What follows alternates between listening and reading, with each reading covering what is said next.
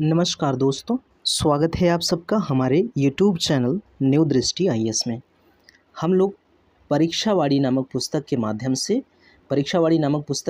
से उत्तराखंड सामान्य अध्ययन को कवर कर रहे हैं। उत्तराखंड जीके जीएस को हम लोग कवर कर रहे हैं। पुस्तक कौन सी है? ये है परीक्षावाड़ी। परीक्षावाड़ी बौद्धिक प्रकाशन की एक महत्वपूर्ण पुस्तक है जो प्रतिस्पर्धी परीक्षाएं होती हैं, जो कम्पिटिटिव एग्ज़ाम्स होते हैं, उसके लिए प्रसिद्ध पुस्तकों में से एक है, चर्चित पुस्तकों में से एक है परीक्षावाड़ी नाम की पुस्तक। ये बौद्धिक प्रकाशन की पुस्तक है। इसके माध्यम से हम लोग उत्तराखंड सामान्य अध्ययन को कवर कर रहे हैं। इसी क्रम में हम लोगों ने लगभग 19 वीडियो कवर कर लिए हैं और ये जो हम लोगों का वीडियो है ये 20वां नंबर का वीडियो हमारा होगा। चीज़ें इस समय जो चल रही हैं वो फैक्ट लेवल की चल रही हैं। वन लाइनर यानी कि प्रश्नोत्तर फॉर्म में, प्रश्नोत्तर रूप में या एक लाइन के जो प्रश्न होते हैं उसके बारे में चर्चा हो रही है, जो कि काफ़ी महत्वपूर्ण चीज़ें होती हैं। इसमें हम लोगों ने काफ़ी महत्वपूर्ण चीज़ों को कवर कर लिया है और इस समय जो हम लोग कवर कर रहे हैं वो आपके सामने आने वाला है। उससे पहले एक चीज़ और हम लोग बात कर लें कि हम लोगों ने एक नई श्रृंखला प्रारंभ किया है। इस नई श्रृंखला के तहत हम लोग क्या कर रहे हैं, इसमें हम लोगों का टारगेट है कि हम लोग 10,000 जीके जीएस के प्रश्न होंगे या फिर प्रश्न के रूप में हो सकते हैं, एमसीक्यू के रूप में हो सकते हैं या फिर वन लाइनर फॉर्म में हो सकते हैं, किसी भी तरह से हो सकते हैं, लेकिन 10,000 प्लस जीके जीएस के फैक्ट को हम लोग कवर करेंगे, जो कि प्रत्येक वीडियो में हम लोग क्या करेंगे, प्रत्येक वीडियो में 10 प्रश्न या इससे अधिक 10 या इससे अधिक प्रश्नों को लेकर मिलेंगे। एवरेज अगर मान लें कि एक वीडियो में 10 प्रश्न लेकर आते हैं तो 10,000 प्रश्नों को कवर करने के लिए हमें 1,000 वीडियो की आवश्यकता पड़ने वाली है। तो आप तैयार रहिए, आप उस सीरीज़ में जुड़ जाइए और इसका आनंद उठाते रहिए।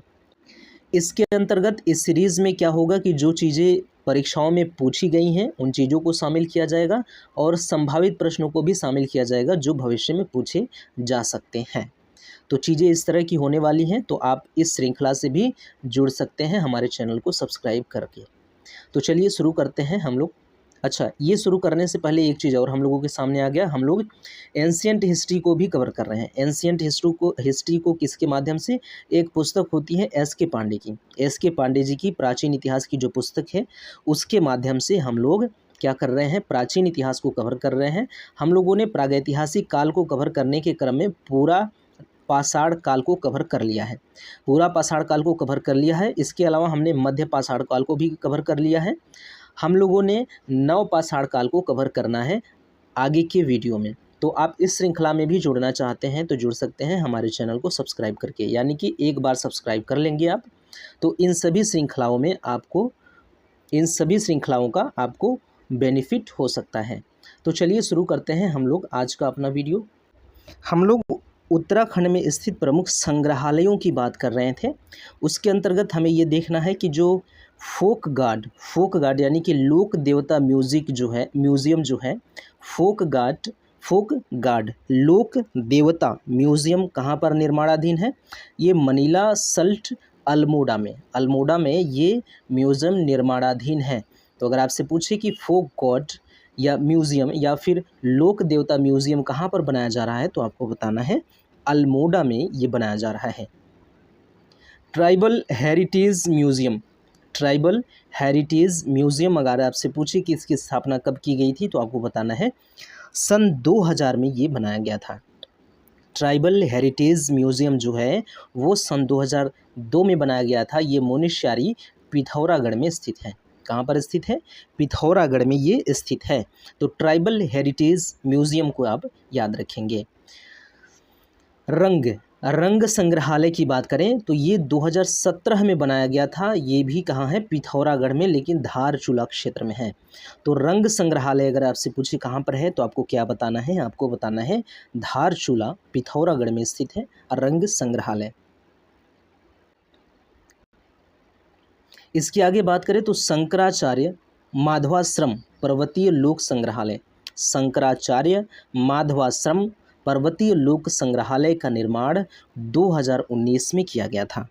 तो अगर आपसे पूछे कि शंकराचार्य माधवाश्रम पर्वतीय लोक संग्रहालय यानी इस म्यूजियम की स्थापना कब की गई थी, तो आपको क्या बताना है? आपको बताना है इसकी स्थापना 2019 में की गई थी। आगे बात करें तो शंकराचार्य माधवाश्रम पर्वतीय लोक संग्रहालय जो है ये बना हुआ है कहाँ पर?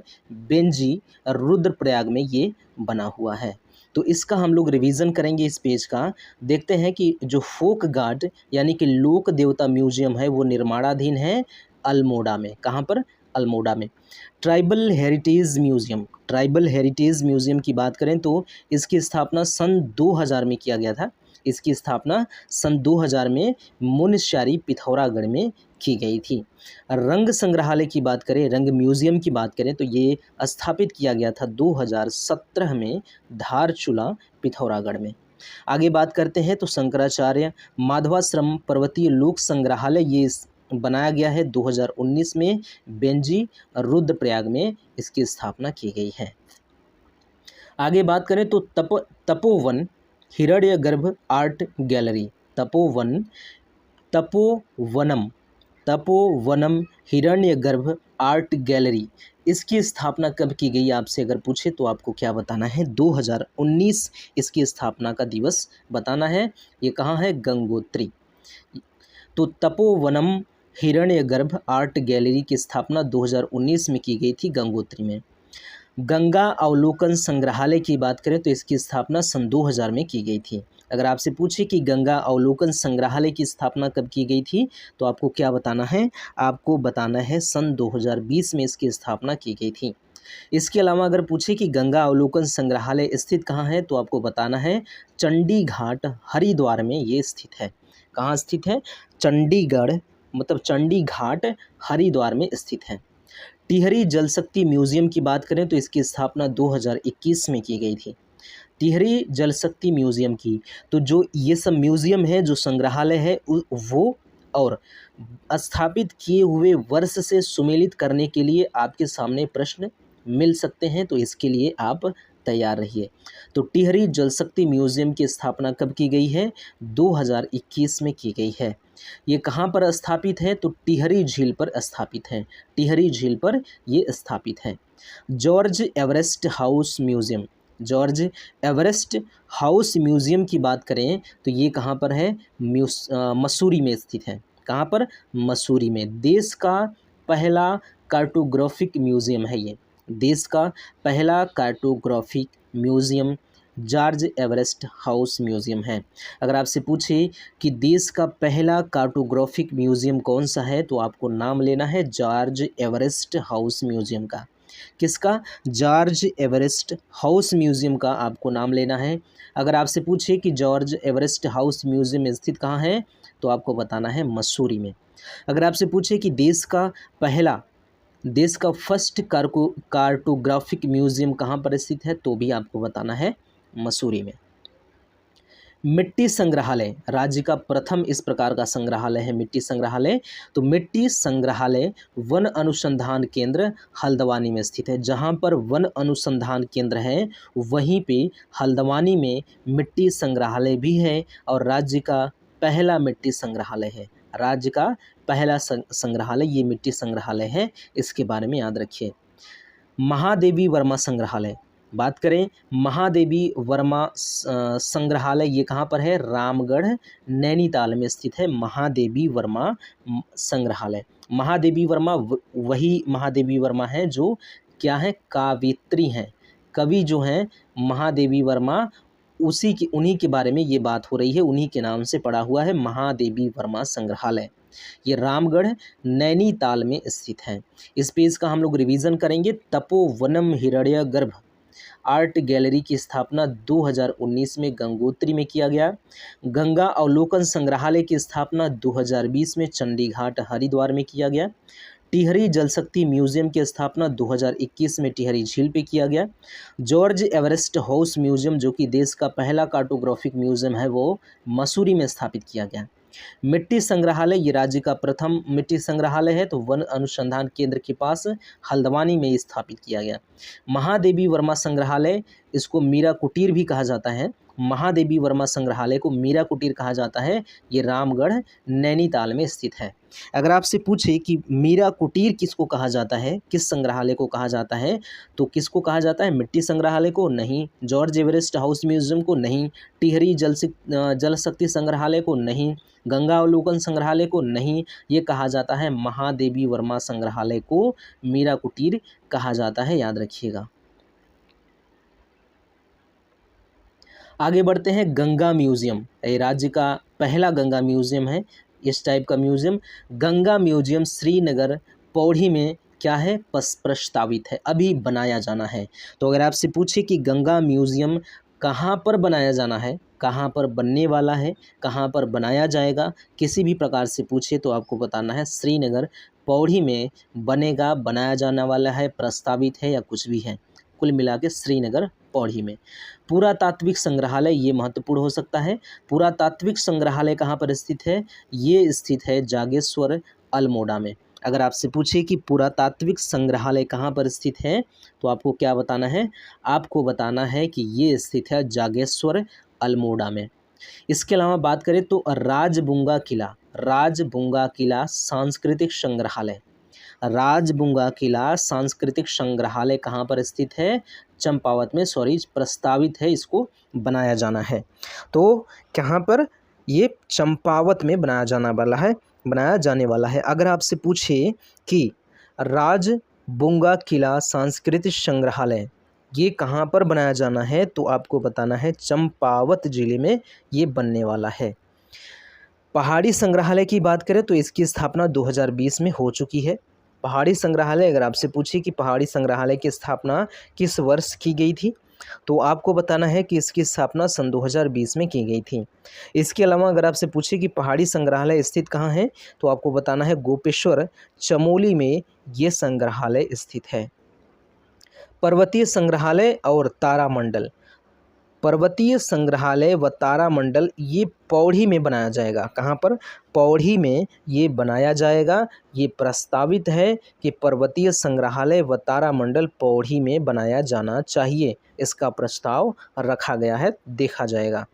तो चलिए इस पेज का हम लोग रिवीजन करते हैं। देखते हैं कि गंगा म्यूजियम जो है वो राज्य का प्रथम म्यूजियम है इस प्रकार का, ये श्रीनगर पौड़ी में बनाया जाना है।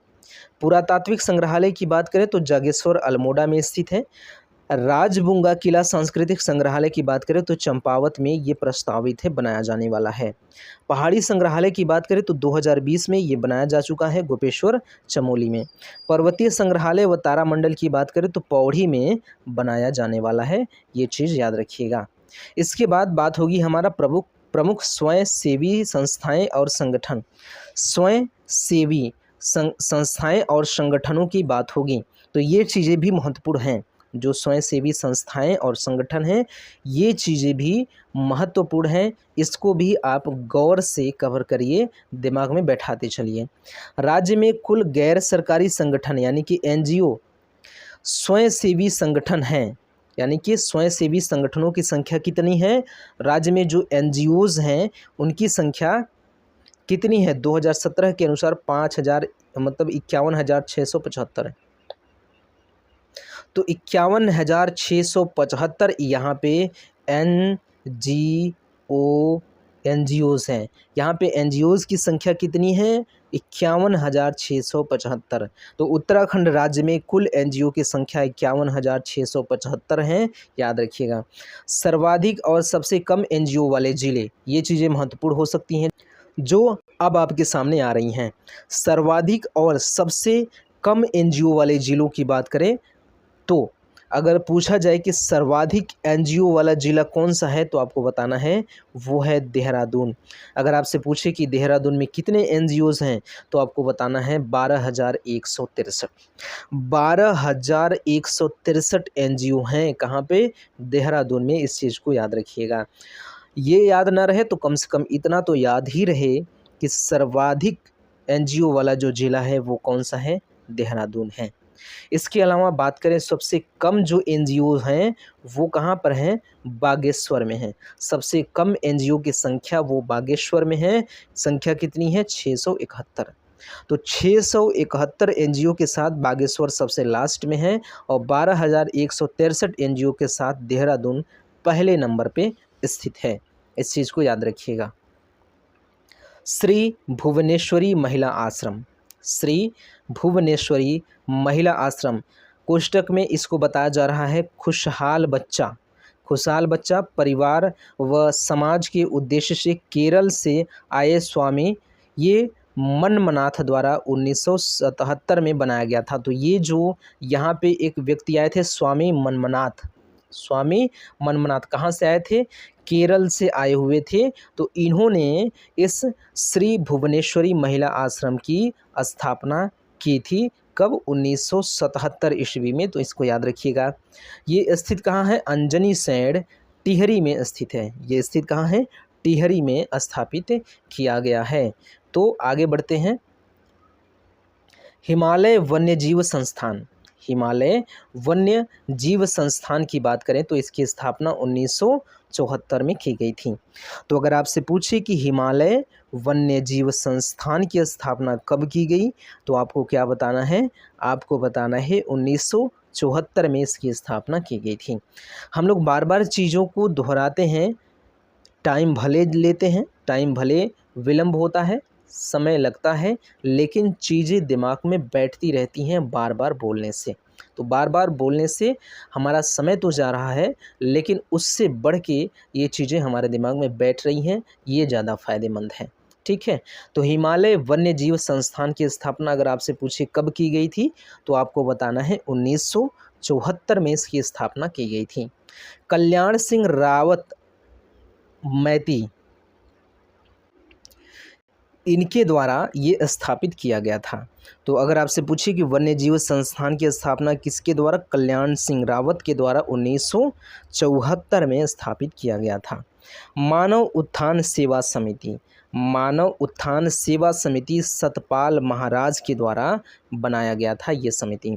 अगर आपसे पूछे कि मानव उत्थान सेवा समिति किसके द्वारा बनाया गया था तो आपको मिलाना है सतपाल महाराज के साथ।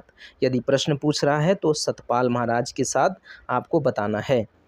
हिमालय इंस्टीट्यूट हॉस्पिटल ट्रस्ट ये 1989 में देहरादून में स्थापित है।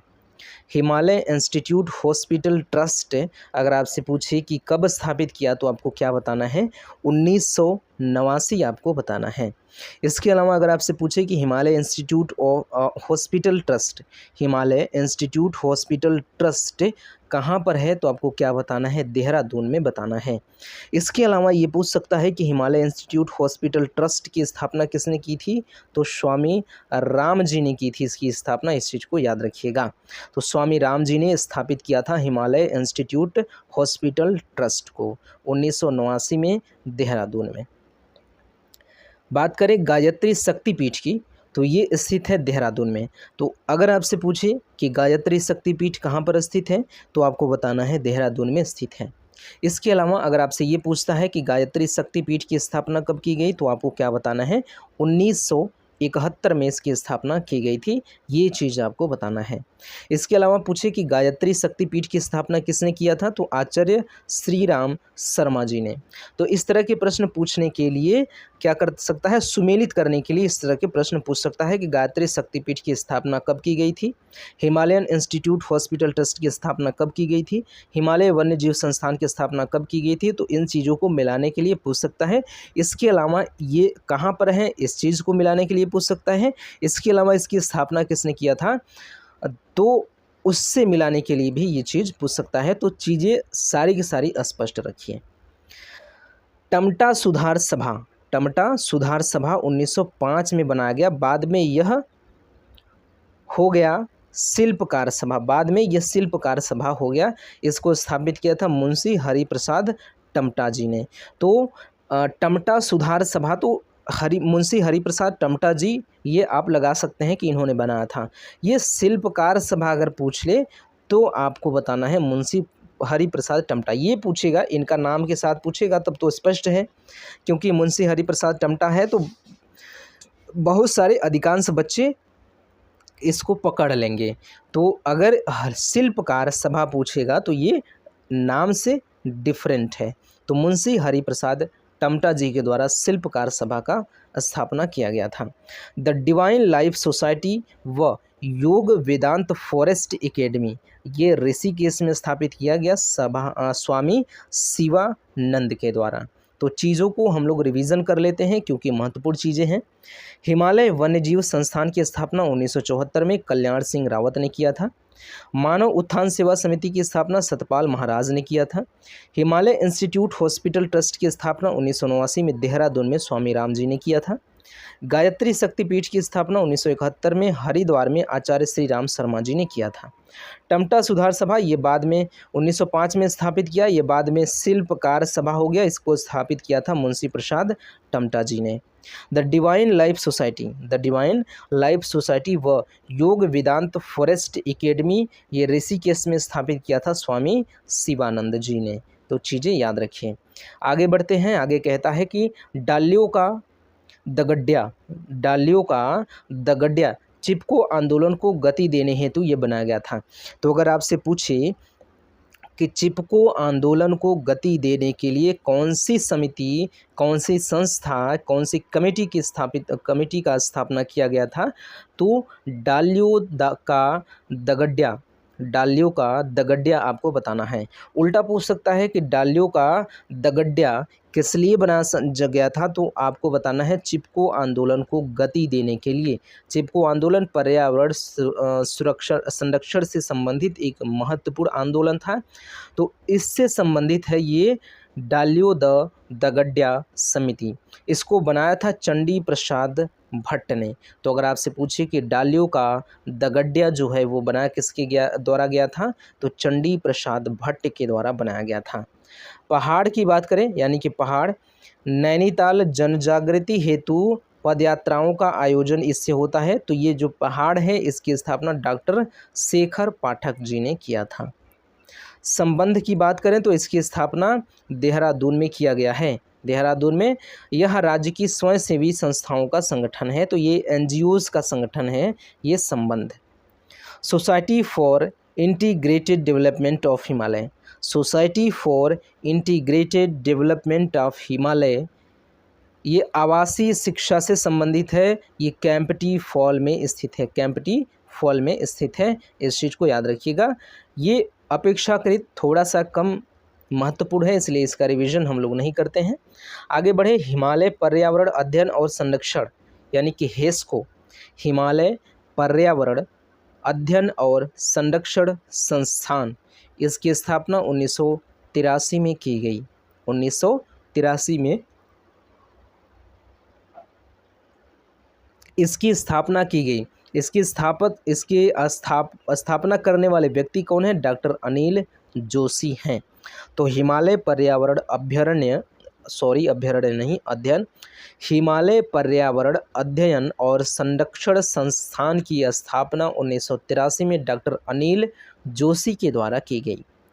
हिमालयन एक्शन रिसर्च सेंटर यानी कि हॉर्क की स्थापना 1988 में की गई देहरादून में। तो अगर आपसे पूछे कि हिमालयन एक्शन रिसर्च सेंटर यानी कि हॉर्क की स्थापना कब की गई, तो आपको बताना है 1988 में। इसके अलावा पूछे कि हिमालयन एक्शन रिसर्च सेंटर यानी कि हॉर्क की स्थापना कहाँ पर की गई है, तो आपको क्या बताना है? देहरादून में बताना है। लक्ष्मी आश्रम की बात कर लें तो ये सरला बहन द्वारा बनाया गया।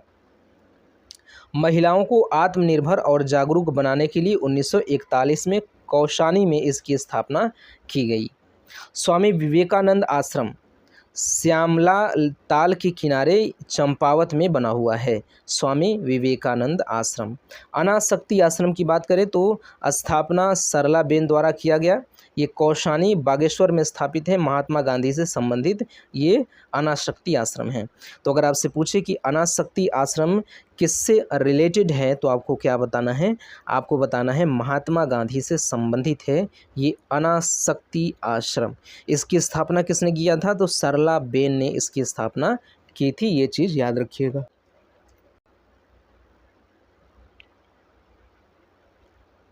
आगे बात करें तो उत्तराखंड के प्रथम स्वतंत्रता संग्राम सेनानी कालू महरा, स्वतंत्रता संग्राम सेनानी कालू महरा ने 1857 में कौन सा संगठन बनाया था? तो इन्होंने क्रांति वीर बनाया था। तो अगर आपसे पूछे कि जो क्रांतिवीर संगठन है ये संगठन कब बनाया गया, तो आपको क्या बताना है, 1857 में बनाया गया। कब बनाया गया, 1857 में। तो अगर आपसे पूछ रहा है कि क्रांतिवीर संगठन की स्थापना कब की गई, तो आपको क्या बताना है, ये 1857 में बताना है।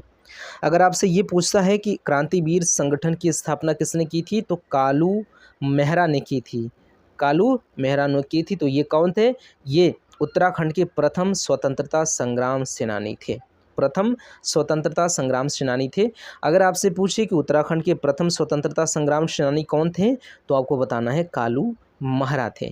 कौन थे, कालू मेहरा। अगर आपसे पूछे कि कालू मेहरा कौन थे, तो आपको बताना है उत्तराखंड के प्रथम स्वतंत्रता संग्राम सेनानी थे। तो 4, 5, 6 प्रश्न जो अधिक से अधिक सूचनाएं हो सकती हैं वो हम लोग ग्रहण करेंगे एक लाइन से। कूली उतार, कूली बेगार आदि आंदोलनों का सफल नेतृत्व करने के कारण बद्री दत्त पांडे को क्या पदवी दी गई, तो कुर्माचल केसरी की पदवी दी गई। तो अगर आपसे पूछे कि बद्री दत्त पांडे को किस चीज़ की पदवी दी गई है, तो क्या आपको बताना है, आपको बताना है कुर्मांचल केसरी की। अगर आपसे ये पूछे कि कुर्मांचल केसरी की पदवी किसको दी गई है, तो आपको क्या बताना है, बद्री दत्त पांडे का नाम लेना है या उन पर टिक मारना है। तो कुर्मांचल केसरी की पदवी किसको दी गई है, बद्री दत्त पांडे को। या बद्री दत्त पांडे को कौन सी पदवी दी गई है, इस प्रकार से भी पूछे तो कुर्मांचल केसरी की पदवी दी गई है, ये बताना है। इसके अलावा अगर पूछे कि बद्री दत्त पांडे को कुर्मांचल केसरी की उपाधि क्यों दी गई, तो आपको बताना है कि कूली उतार, कूली बेगार आदि आंदोलनों का सफल नेतृत्व करने के कारण इन्हें ये पदवी दी गई। बद्री दत्त पांडे ने जेल प्रवास के दौरान लिखा कुमाऊं का इतिहास। तो इस पुस्तक को हम लोगों ने देख लिया है कि कुमाऊं का इतिहास किसने लिखा था, बद्री दत्त पांडे ने लिखा था। किस दौरान, जेल प्रवास के दौरान इन्होंने ये पुस्तक लिखी थी।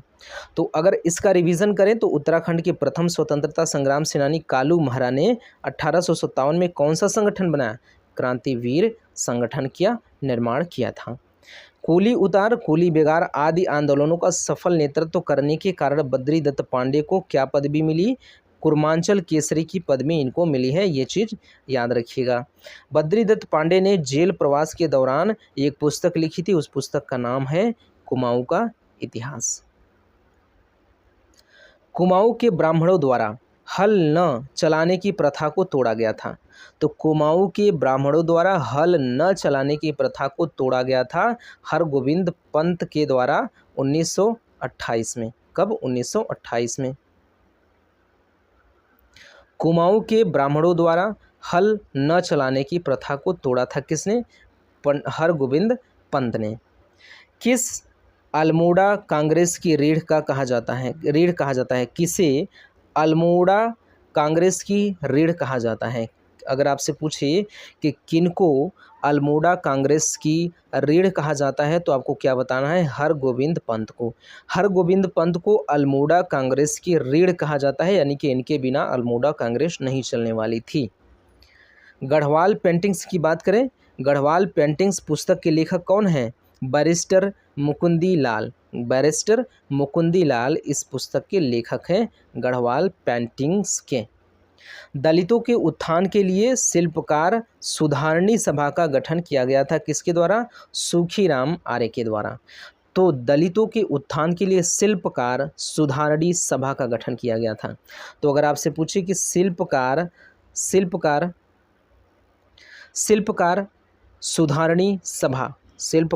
सुधारणी सभा की स्थापना किस लिए की गई थी, तो आपको क्या बताना है, दलितों के उत्थान के लिए इसकी स्थापना की गई थी।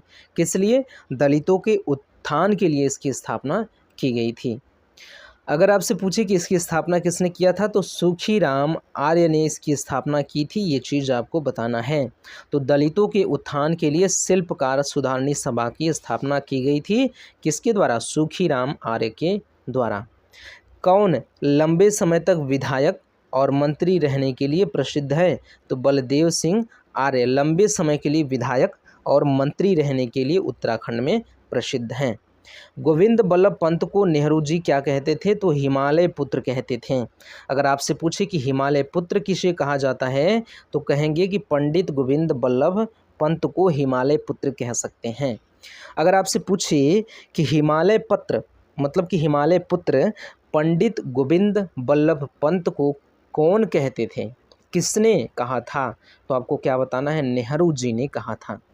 तो गोविंद बल्लभ पंत को हिमालय पुत्र किसने कहा? अगर आपसे पूछे तो आपको बताना है नेहरू जी ने कहा था। अगर आपसे पूछे कि नेहरू जी ने पंडित गोविंद बल्लभ पंत को क्या कहा था तो आपको बताना है हिमालय पुत्र। अगर आपसे पूछे कि नेहरू जी ने हिमालय पुत्र किसको कहा था तो आपको बताना है पंडित गोविंद बल्लभ पंत को। ठीक। गोविंद बल्लभ पंत के साथी लोग उन्हें क्या कहते थे? गोविंद बल्लभ महाराष्ट्र। गोविंद बल्लभ महाराष्ट्र उनके साथी लोग उनको कहते थे। तो चलिए इस पेज का रिवीजन करते हैं। दलितों के उत्थान के लिए शिल्पकार सुधारणी सभा का गठन किया गया सुखीराम आर्य के द्वारा। खुशीराम आर्य के द्वारा, सुखी नहीं खुशीराम आर्य के द्वारा। कौन लंबे समय तक विधायक और मंत्री रहने के लिए प्रसिद्ध है? तो ये बलदेव सिंह आर्य हैं। गोविंद बल्लभ पंत को नेहरू जी क्या कहते थे? तो हिमालय पुत्र कहते थे। गोविंद बल्लभ पंत के साथी लोग उन्हें क्या कहते थे? गोविंद बल्लभ महाराष्ट्र उनके साथी लोग उनको कहते थे। गोविंद बल्लभ पंत जी उत्तर प्रदेश के मुख्यमंत्री रहे कब से कब? 1946 से 1954 के अंत तक ये उत्तर प्रदेश के मुख्यमंत्री रहे। कौन? गोविंद बल्लभ पंत। गोविंद बल्लभ पंत जी ने प्रेम सभा की स्थापना कब और कहाँ की? तो प्रेम सभा की स्थापना 1914 में काशीपुर में की।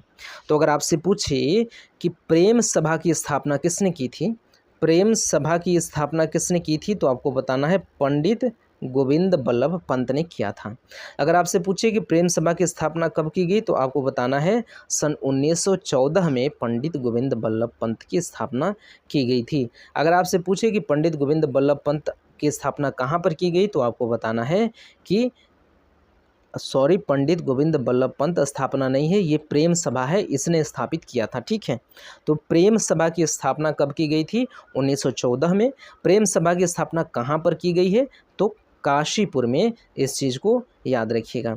इसके अलावा बात करें तो 1916 में गोविंद बल्लभ पंत जी ने किस संगठन के गठन में अहम भूमिका निभाई थी? तो कुमाऊं परिषद के।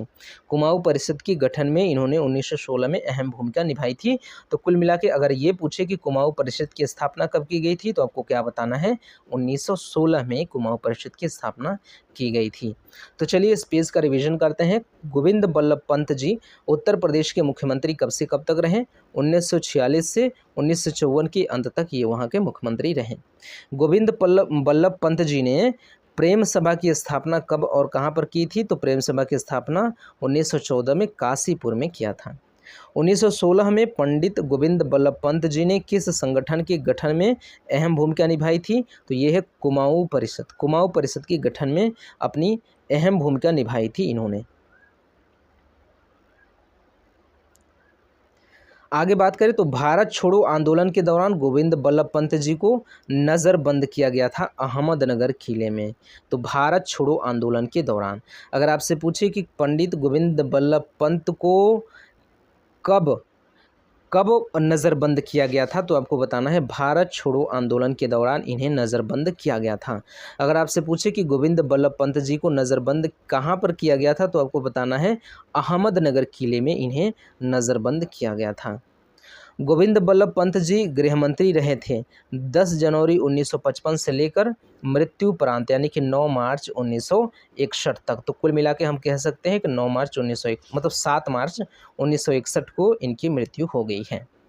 गोविंद बल्लभ पंत जी को भारत रत्न कब मिला था? तो 26 नवंबर 1957 को। ये चीज़ याद रखिए। अगर आपसे पूछे कि पंडित गोविंद बल्लभ पंत जी को भारत रत्न कब मिला तो आपको बताना है 26 जनवरी 1957 को इनको भारत रत्न से सम्मानित किया गया था। 1929 में लाहौर कांग्रेस में कुमाऊं का प्रतिनिधित्व किसने किया था? हर्षदेव औली ने इसका प्रतिनिधित्व किया था। उत्तराखंड की धरती पर गांधी आंदोलन को शुरू करने का श्रेय जाता है प्रयागदत्त पंत को। तो प्रयागदत्त पंत के माध्यम से गांधी का आंदोलन प्रारंभ किया गया। कहाँ पर? उत्तराखंड में। स्वतंत्रता संग्राम में योगदान पुस्तक के लेखक, स्वतंत्रता संग्राम में जो ये योगदान, ये पुस्तक है, इसके लेखक कौन है? इंद्र सिंह नयाल इसके लेखक हैं। उत्तराखंड से जेल जाने वाले प्रथम स्वतंत्रता संग्राम सेनानी कौन से? मोहन सिंह मेहता। तो अगर आपसे पूछे कि उत्तराखंड से जेल जाने वाले प्रथम स्वतंत्रता संग्राम सेनानी कौन थे, तो आपको बताना है मोहन सिंह मेहता। मोहन सिंह मेहता हैं उत्तराखंड से जेल जाने वाले प्रथम स्वतंत्रता संग्राम सेनानी, ये हैं। चंद्रशेखर आज़ाद के हिंदुस्तान समाजवादी प्रजातांत्रिक संघ में उत्तराखंड के एकमात्र सदस्य कौन थे? भवानी सिंह रावत उसमें शामिल थे। आगे बात करें तो दुगड्डा में शहीद मेले की शुरुआत की गई थी, भवानी सिंह रावत ने कराई थी। कहाँ पर? दुगड्डा में शहीद मेले की शुरुआत किसने कराई थी? भवानी सिंह रावत ने। तो ये चीज़ याद रखिएगा। अगर आपसे पूछे कि दुगड्डा में शहीद मेले की शुरुआत किसने कराई थी, तो आपको क्या बताना है? आपको बताना है भवानी सिंह रावत ने इसकी शुरुआत करवाई थी। अंग्रेजों ने राय बहादुर की पदवी दिया था किसको? सोबन सिंह जिन्ना को। सोबन सिंह जिन्ना को अंग्रेजों ने राय बहादुर की पदवी दी थी। तो ये चीज़ महत्वपूर्ण हो सकता है। तो अगर आपसे पूछे कि राय बहादुर की पदवी सोबन सिंह जिन्ना को किसने दी थी, तो आपको क्या बताना है? अंग्रेजों ने दी थी। अंग्रेजों ने किसे राय बहादुर की पदवी दी है? तो सोबन सिंह सिन्हा को। अंग्रेजों ने सोबन सिंह सिन्हा को कौन सी पदवी दी है? तो राय बहादुर की पदवी दी है। तो 3-4 तरीकों से प्रश्न पूछे जा सकते हैं। सभी प्रश्नों के लिए आप सुदृढ़ रहिए, तैयार रहिए। किसने अपने नाम के आगे से जाति सूचक शब्द को हटा दिया तथा 1921 में जीवन भर खादी पहनने का व्रत लिया? तो ये डॉक्टर भक्त दर्शन ने ऐसा किया था। गढ़वाल की दिवंगत विभूतियां सुमन स्मृति ग्रंथ तथा बैरिस्टर मुकुंदी लाल स्मृति ग्रंथ की रचना किसने की थी? डॉक्टर भक्त दर्शन ने ही किया था ये सारी रचनाएं। किसने गढ़वाल के दोनों खंडों की एकता पर बल देते हुए कहा था कि यदि गंगा हमारी माता होकर भी हमें आपस में मिलने के बजाय 2 हिस्सों में बांटती है तो हम गंगा को काट देंगे? ये देव सुमन कहते हैं। इस तथ्य को याद रखिएगा, इस तथ्य को बहुत अच्छी तरीके से याद रखिएगा कि यदि गंगा हमारी माता होकर भी हमें आपस में मिलने के बजाय 2 हिस्सों में बांटती है तो हम गंगा को काट देंगे। ये देव सुमन ने लिखा था। ऐसा क्यों कहा था? कि गढ़वाल की दोनों खंडों की एकता पर बल देते हुए कहा था। गढ़वाल के दोनों खंडों की एकता पर बल देते हुए ऐसी बात उन्होंने कही थी। 1939 में देहरादून में टिहरी राज प्रजामंडल की स्थापना की गई थी। किसने? देव सुमन ने। देव सुमन ने 1939 में देहरादून में टिहरी राज प्रजामंडल, अगर आपसे पूछे कि ये जो टिहरी राज प्रजामंडल है इसकी स्थापना कब की गई है, तो आपको क्या बताना है? आपको बताना है 1939। 1939 में टिहरी राज प्रजामंडल की स्थापना की गई थी। अगर आपसे पूछे कि ये टिहरी राज मंडल प्रभा जो है टिहरी राज प्रजामंडल कहाँ पर स्थापित किया गया, तो आपको बताना है देहरादून में। अगर आपसे पूछे कि टिहरी राज प्रजामंडल किसने स्थापित किया, तो आपको बताना है देव सुमन ने। किसने कहा था कि तुम मुझे तोड़ सकते हो, मोड़ नहीं सकते हो? देव सुमन ने कहा था। तो ये किसकी कथन है? ये देव सुमन की है। तो इन्होंने क्या कहा था? तुम मुझे तोड़ सकते हो, मोड़ नहीं सकते हो। तो ये पूछ सकता है कथन देकर कि तुम मुझे तोड़ सकते हो, मोड़ नहीं सकते हो, किसने कहा था? तो देव सुमन ने ये कहा था। या किसका कथन है ये? तो देव सुमन का कथन है। इस प्रकार के प्रश्न पूछे जा सकते हैं, पूछे गए हैं। उत्तराखंड के लिए उत्तर प्रदेश सरकार में अलग से पर्वतीय विकास मंत्रालय का गठन किया। उत्तराखंड के लिए उत्तर प्रदेश सरकार में अलग से पर्वतीय विकास मंत्रालय का गठन किया गया था।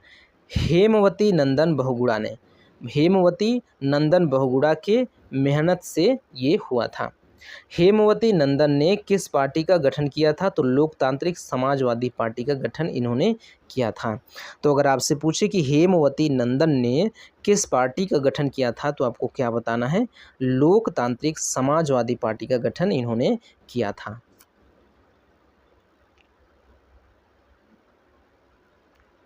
इसके अलावा अब बात करें आर्यों का आदि निवास। आर्यों का आदि निवास क्या है? मध्य हिमालय। ये किसकी रचना है? ये भजन सिंह सिंह की रचना है। भजन सिंह सिंह की ये रचना है। तो अगर आपसे पूछता है कि आर्यों का आदि निवास मध्य हिमालय, आर्यों का आदि निवास मध्य हिमालय, ये किसकी रचना है? तो भजन सिंह सिंह की रचना है। ये कुल मिला के भजन सिंह आपको याद रखना है। भजन सिंह की ये रचना है। तो याद रखिएगा आर्यों का आदि निवास मध्य हिमालय। बात करें हिलांस नामक प्रसिद्ध कविता संग्रह किसकी है? ये भगवती चरण निर्मोही की है। भगवती चरण निर्मोही की ये कविता संग्रह है। हिलांस एक कविता संग्रह है। ये किसकी है? भगवती चरण निर्मोही की है। तो अगर आपसे पूछे कि हिलांस क्या है, तो आपको बताना है कि यह एक कविता संग्रह है। हिलांस क्या है? एक कविता संग्रह है। तो ये हिलांस किसकी रचना है? हिलांस है किसकी? ये है भगवती चरण निर्मोही की ये रचना है। इस चीज़ को याद रखिए। डॉक्टर शिव प्रसाद डबराल, डॉक्टर शिव प्रसाद डबराल यानी कि चारण जिनको कहा जाता है कि जन्मस्थली गहली गांव ये पौड़ी में है और कर्मस्थली दुगड्डा, यहाँ पे प्रधानाचार्य थे वो दुगड्डा रही है। उन्होंने भूगोल में डॉक्टरेट की उपाधि ली थी। विषय था अलकनंदा उपत्यका में घोषणा यात्रा, प्रवचन और ऋतुकाली प्रवास। तो ये उनका विषय था। आगे बात करें तो चारण जी की प्रसिद्ध रचनाएं कौन कौन सी हैं? चारण जी की प्रसिद्ध रचनाएं, इनकी प्रसिद्ध रचनाओं को याद रखिएगा। 12 खंडों में उत्तराखंड का इतिहास इन्होंने लिखा है। चारण जी ने 12 खंडों में उत्तराखंड का इतिहास लिखा है। अगर आपसे ये पूछे कभी कि 12 खंडों में उत्तराखंड का इतिहास किसने लिखा है, तो आपको क्या बताना है? चारण बताना है। चारण जी बताना है।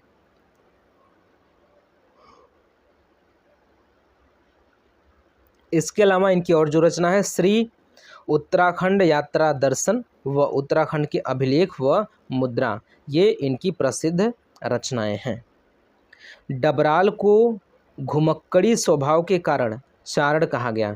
तो ये जो व्यक्ति हैं इनको जो चारण कहा जा रहा है, जो डॉक्टर शिव प्रसाद डबराल हैं, इनको डॉक्टर शिव प्रसाद डबराल को चारण क्यों कहा जाता है? तो ये घुमक्कड़ी स्वभाव के थे, इसलिए इनको चारण कहा जाता। चारण मतलब जो जैसे पशु क्या करते हैं, चरते हैं और घूमते रहते हैं, घूम घूम के चरते हैं, तो इससे निकल के आता है चारण, मतलब कि घुमक्कड़। तो इसलिए इनको चारण कहा जाने लगा। तो डबराल को चारण क्यों कहा जाने लगा? क्योंकि ये घुमक्कड़ी स्वभाव के थे।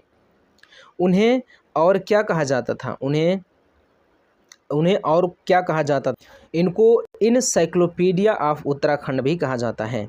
तो ये चीज़ याद रखिएगा, इनसाइक्लोपीडिया ऑफ उत्तराखंड किसको कहा जाता है? तो ये डबराल जी को कहा जाता है या फिर चारण को कहा जाता है।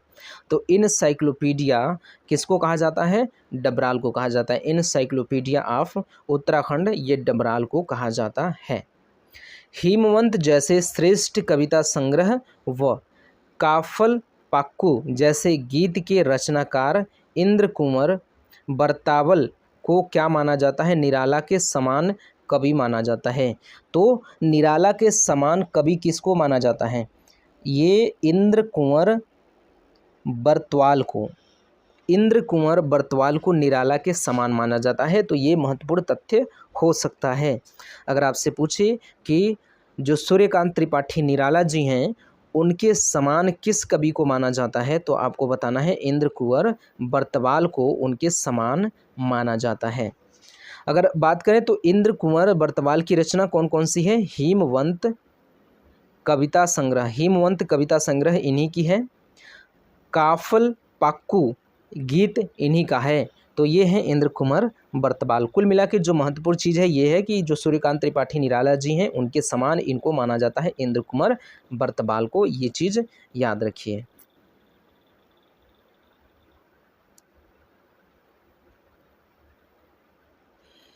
आगे बात करें तो 1956 में कोट द्वार से सत्यपथ साप्ताहिक का प्रकाशन शुरू किया गया था। किसके द्वारा? ललिता प्रसाद नैथानी के द्वारा। तो अगर आपसे पूछे कि जो सत्यपथ है, सत्यपथ जो साप्ताहिक पत्रिका है कब निकालना शुरू किया गया? तो आपको बताना है 1956 से। कब से? 1956 से। अगर आपसे पूछे कि सत्यपथ पत्रिका जो है वो साप्ताहिक पत्रिका है, कब से प्रकाशन में आया? तो आपको बताना है 1956 से। प्रकाशित कहाँ से होती है? अगर ये आपसे पूछे तो आपको बताना है कहाँ से? कोट द्वार से ये प्रकाशित होता था। इसके अलावा अगर बात करें कि इसके प्रकाशक कौन थे, मतलब किसके संपादकत्व में ये प्रकाशित होता था, तो ललिता प्रसाद नैथानी के संपादकत्व में ये प्रकाशित होता था, ये चीज़ याद रखिएगा। तो 1956 में कोट द्वार से सत्यपथ साप्ताहिक का प्रकाशन शुरू किया गया था ललिता प्रसाद नैथानी के माध्यम से। गढ़वाली चित्रकला शैली, मालिनी सभ्यता के खंडहर, काड़वाश्रम आदि किसकी रचनाएं हैं? तो ललिता प्रसाद नैथानी की हैं। अगर आपसे पूछे गढ़वाली की चित्र शैली किसकी रचना है तो आपको बताना है ललिता प्रसाद नैथानी। अगर आपसे पूछे मालिनी सभ्यता के खंडहर किसकी रचना है तो आपको बताना है ललिता प्रसाद नैथानी। आपको बताना है कड़वाश्रम किसकी रचना है तो आपको बताना है ललिता प्रसाद नैथानी। तो अच्छा, इस प्रकार के भी प्रश्न आपसे पूछे जा सकते हैं कि इनमें से ललिता प्रसाद नैथानी की रचना कौन सी नहीं है, तो एक रचना अलग से दे देगी जो कि ललिता प्रसाद नैथानी की नहीं होगी, बाकी तीनों रचनाएं इनकी होंगी। तो चीज़ें याद रखिएगा कि गढ़वाली चित्रकला शैली जो है वो ललिता प्रसाद नैथानी की है, मालिनी सभ्यता के खंडहर ये ललिता प्रसाद नैथानी की है, और काड़वाश्रम जो है वो भी ललिता प्रसाद नैथानी जी की रचना है। किस विद्वान को हिमालयी क्षेत्रों के सर्वेक्षण व जनजातीय भाषाओं व शोध व लेखन के लिए अंतर्राष्ट्रीय बायोग्राफिकल सेंटर कैम्ब्रिज द्वारा 1997 से 98 का अंतर्राष्ट्रीय व्यक्ति घोषित किया गया? तो प्रोफेसर डी शर्मा को। तो ये चीज़ याद रखिएगा, ठीक। आगे बात करें तो संस्कृत साहित्य के किस विद्वान को बिना पीएचडी किए डी लिट की उपाधि मिल गई थी? तो ये डॉक्टर यशीधर शर्मा को डी लिट की उपाधि मिल गई थी बिना पीएचडी किए।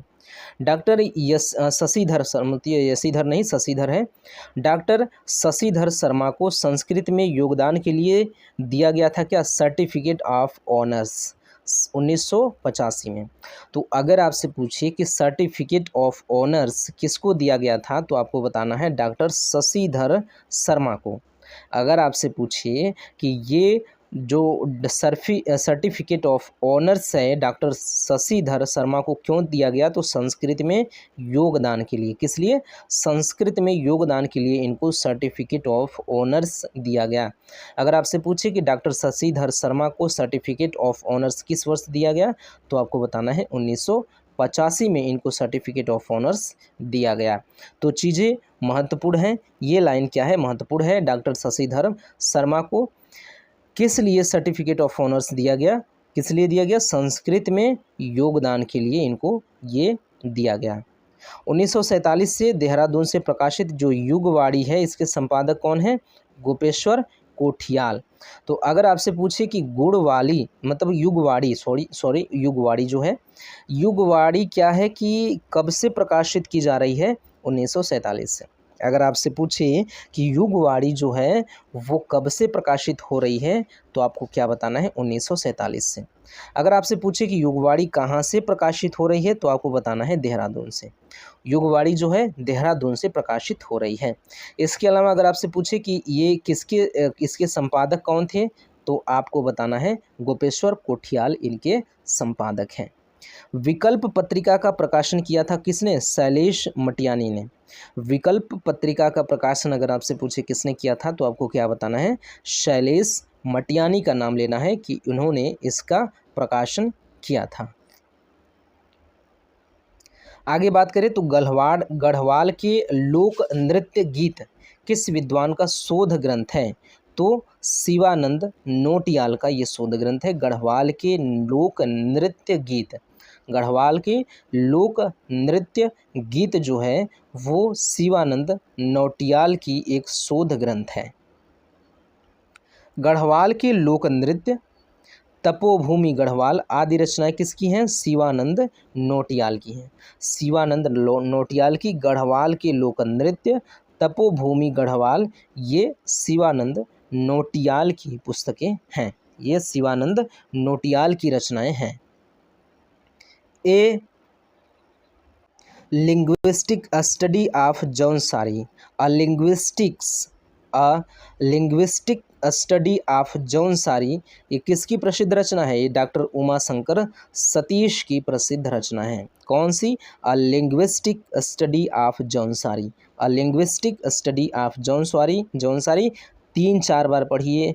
अ लिंग्विस्टिक स्टडी ऑफ जौनसारी ये डॉक्टर उमाशंकर सतीश की रचना है। डॉक्टर उमाशंकर सतीश की ये रचना है। नृ विज्ञान यानी कि मानव शास्त्र, नृ विज्ञान के प्रसिद्ध विद्वान डॉक्टर श्याम सिंह शशि ने अध्ययन किया किसका? भारतीय मूल के मैक्सिको रोमा जिप्सियों का। इन्होंने अध्ययन किया था। 12 खंडों में, कितने खंडों में? 12 खंडों में इनसाइक्लोपीडिया ऑफ इंडियन ट्राइब्स, 12 खंडों में इनसाइक्लोपीडिया ऑफ इंडियन ट्राइब्स, सामाजिक विज्ञान हिंदी विश्वकोश, Roma the gypsy world, Gaddis of Himalaya, nomads of Himalaya आदि जो रचनाएं हैं डॉक्टर श्याम सिंह की हैं। डॉक्टर श्याम सिंह की ये रचनाएं हैं। अगर आपसे पूछे कि 12 खंडों में इनसाइक्लोपीडिया ऑफ इंडियन ट्राइब्स किसकी रचना है तो डॉक्टर श्याम सिंह बताना है। सामाजिक विज्ञान हिंदी विश्वकोश ये किसकी रचना है? अगर आपसे पूछे तो डॉक्टर श्याम सिंह बताना है। और रोमा द जिप्सी वर्ल्ड्स अगर आपसे पूछे तो श्याम सिंह की रचना है, ये बताना है। गद्दीज ऑफ हिमालय की बात करें तो ये डॉक्टर श्याम सिंह की रचना है। उसके बाद नोमेड्स ऑफ हिमालय की बात करें तो ये भी डॉक्टर श्याम सिंह की रचना है। जंक जोड़, अर्धग्रामेश्वर, जय भारत जय उत्तराखंड, भड़ भंडारी, माधो सिंह आदि गढ़वाली नाटक किसने लिखे हैं? राजेंद्र धशमाड़ा ने ये लिखा है। किसने लोक गायक झुसिया दमाई पर शोध प्रबंध लिखा है? तो गिरीश तिवारी गिरदा ने इस पर शोध प्रबंध लिखा है। अंग्रेजी में बाल साहित्य के सर्वश्रेष्ठ लेखक रस्किन बॉन्ड निवास करते हैं कहाँ पर? मसूरी में। 1948 में मसूरी से हिमाचल साप्ताहिक का प्रकाशन या संपादन किया गया किसके द्वारा? सत्य प्रसाद रतूड़ी के द्वारा। तो हिमाचल जो है इसकी प्रकाशन कब से हो रही है? 1948 से। कहाँ से? मसूरी से हो रही है। किसने किया था? सत्य प्रसाद रतूड़ी ने किया था। टिहरी राज्य के जनसंघर्ष की स्वर्णिम गाथा, टिहरी राज्य के जनसंघर्ष की स्वर्णिम गाथा, गढ़वाल गौरव गाथा आदि रचनाएं किसकी हैं? सत्य प्रसाद रतूड़ी की ये सभी रचनाएं हैं। हम लोग, बुनियाद, कक्का जी कहिन, मुंगेरी लाल के हसीन सपने, हमराही, गाथा आदि धारावाहिकों के लेखक कौन हैं? मनोहर श्याम जोशी हैं। तो जो मुंगेरी लाल के हसीन सपने हैं आप देखेंगे तो एक धारावाहिक है, बहुत पुराना धारावाहिक है, ये मनोहर श्याम जोशी द्वारा लिखा गया था। किसके द्वारा? मनोहर श्याम जोशी के द्वारा। इस चीज़ को याद रखिएगा। हमराही जो है ये भी धारावाहिक है, गाथा जो है ये धारावाहिक है, मुंगेरी लाल के सपने महत्वपूर्ण है, ये जो धारावाहिक है महत्वपूर्ण धारावाहिक है मुंगेरी लाल के सपने। ठीक, मुंगेरी लाल के हसीन सपने ये महत्वपूर्ण धारावाहिक है, इसको याद रखिए। ये मनोहर श्याम जोशी ने इसको लिखा था। मनोहर श्याम जोशी के कुमाऊनी उपन्यास कौन कौन से हैं? वो हैं क्याप और कसब, ये क्या है, इनके कुमाऊनी उपन्यास हैं। मनोहर श्याम जोशी की कुमाऊनी उपन्यास क्याब और कसप हैं।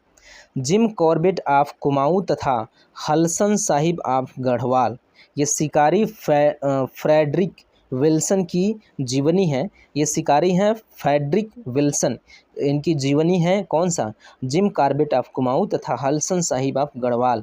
ये पुस्तकों की रचना किसने की थी, दुर्गाचारण काला ने। तो इनकी जीवन के बारे में ये बताया गया है, किसके, शिकारी फ्रेडरिक विल्सन के बारे में। दो खंडों में उत्तराखंड कितना सच और कितना छल के लेखक हैं। कौन, सुरेंद्र सिंह पातंगी, मतलब कि पांगती, सुरेंद्र सिंह पांगती इसके लेखक हैं।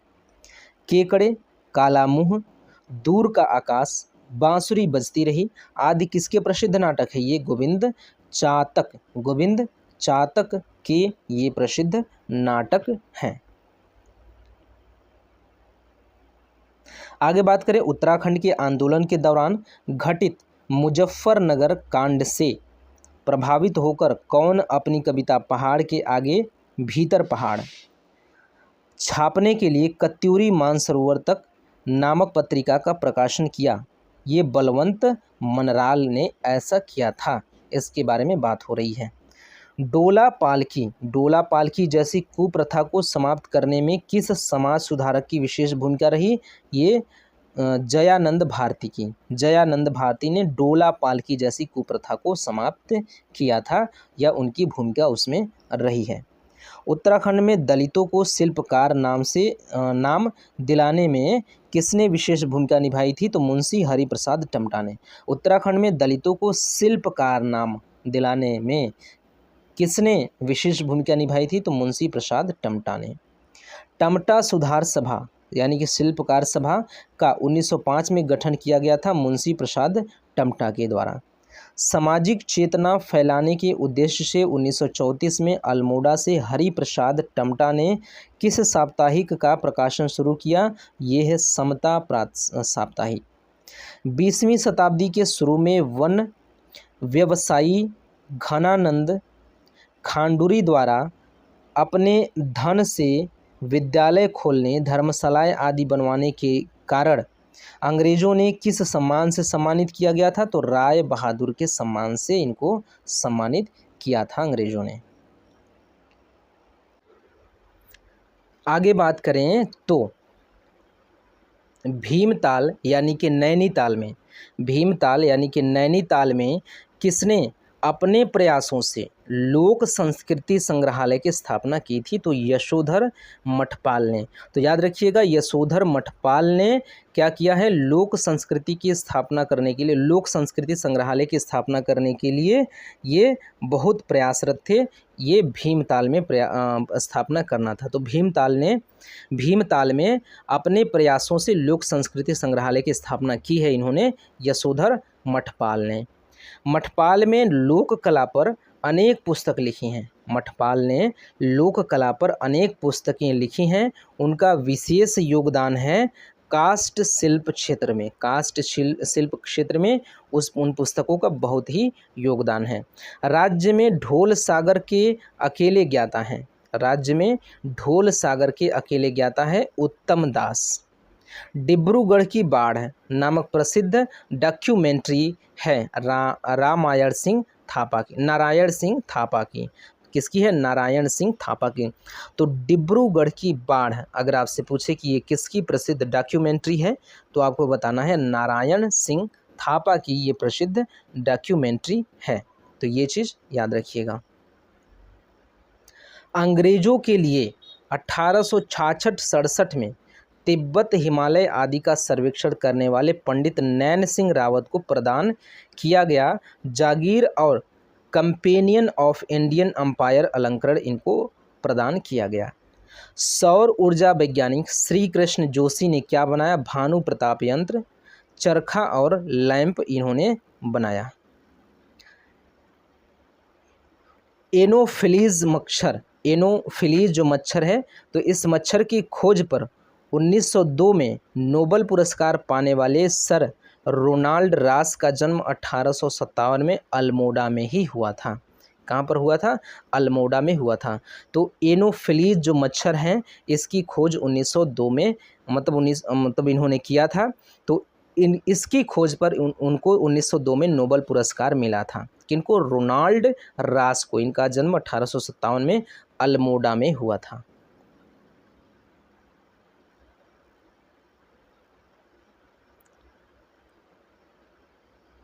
आगे बात करें तो थोड़े से उपकरणों की सहायता से प्रकाश मिति पर शोध करने वाले वैज्ञानिक कौन थे? देवी दत्त पंत। पद्मश्री पाने वाले उत्तराखंड के प्रथम वैज्ञानिक ये नीलांबर पंत है। तो ये चीज़ें महत्वपूर्ण हैं, तो इसको याद रखिएगा। अगर आपसे पूछे कि पद्मश्री पाने वाले उत्तराखंड के प्रथम वैज्ञानिक कौन है, तो आपको बताना है नीलांबर पंत। ये पद्मश्री पाने वाले उत्तराखंड के प्रथम वैज्ञानिक हैं। नीलांबर किस संगठन से जुड़े हुए थे? तो ये इसरो से जुड़े हुए थे, ये भी महत्वपूर्ण है। किस ग्लेशियर वैज्ञानिक का नाम 2007 में टाइम्स मैगनीज वैश्विक पर्यावरण चैंपियन की सूची में शामिल किया गया था? तो डॉक्टर डी पी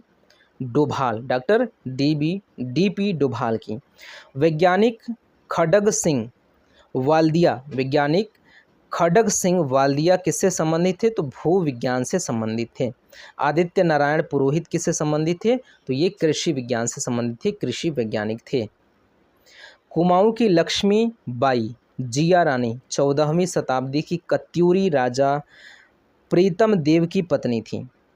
कुमाऊं की लक्ष्मीबाई जिया रानी 14वीं शताब्दी के कत्यूरी राजा, यानी कि 14वीं शताब्दी में जो कत्यूरी राजा थे प्रीतम देव, उनकी पत्नी थी लक्ष्मीबाई जिया रानी।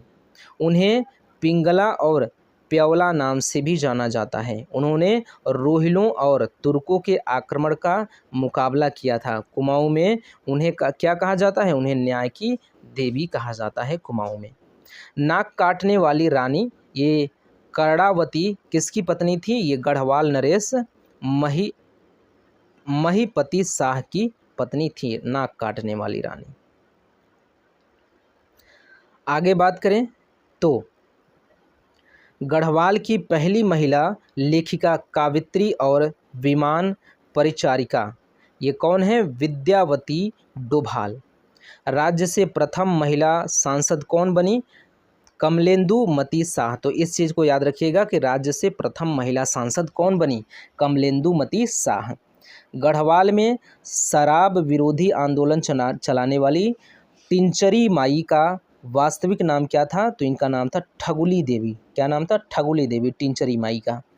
चिपको आंदोलन की प्रथम सूत्रधार गौरा देवी को वृक्ष मित्र पुरस्कार मिला था कब? 1986 में। गौरा पंत सिवानी ये पद्मश्री से पुरस्कृत थी, एक साहित्यकार थी। उत्तराखंड की एक प्रथम महिला कुलपति सुशीला डोभाल हैं। हिंदुस्तान की संपादक मृणाल पांडे पुत्री हैं किसकी? गौरा पंत सिवानी की। तो यहाँ पे हमारी चीज़ें समाप्त हो जाती हैं, कंप्लीट होता है यहाँ तक हमारा चीज़।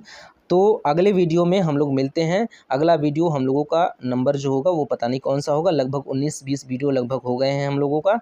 तो जो फैक्ट है, अभी हम लोगों का फैक्ट बेस्ड चीज़ें चल रही हैं, जो वन लाइनर चीज़ें हैं वो चल रही हैं। तो इनको समाप्त होने पे जो चीज़ें विस्तार से दी गई हैं, उनको भी कवर किया जाएगा। तो आप इस श्रृंखला में बने रहिए, बहुत सी चीज़ें आप लोगों को मिलने वाली हैं। तो मिलते हैं अगले वीडियो में, तब तक के लिए धन्यवाद।